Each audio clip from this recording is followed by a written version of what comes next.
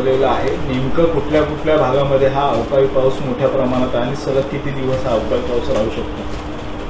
सध्या तर आमच्या फोरकास्ट प्रमाणे 3 दिवस तर बऱ्याच जिल्ह्यात अवकाळी पाऊस असणार आणि डे 1 म्हणजे 11 मेला मध्य महाराष्ट्रात काही ठिकाणी गारपिटाची शक्यता आहे आणि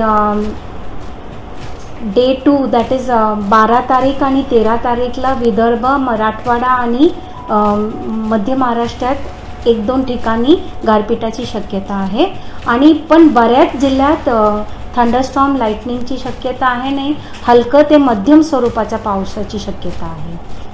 मॅडम, पिकांचं मोठ्या प्रमाणात नुकसान होताना पाहायला मिळते, कारण की ज्या पद्धतीने हा अवकाळी पाऊस गेल्या काही दिवसांपासून सुरू आहे। काल देखील पुण्यामध्ये मोठ्या प्रमाणात पाऊस झाला होता, त्यामुळे प्रामुख्याने कुठल्या जिल्ह्यांमध्ये कुठल्या पद्धतीचा पाऊस पडेल यात काही सांगू शकता? मध्य महाराष्ट्रामध्ये आज कोल्हापूर, सातारा, पुणे, अहमदनगर, नाशिक या ठिकाणी गारपिटाची शक्यता आहे आणि वारे तेज वाऱ्यांचा जे स्पीड असेल ते 40 to 50 किलोमीटर पर आवर असेल, तर त्यात लार्ज स्केल डिस्ट्रक्शनची शक्यता आहे।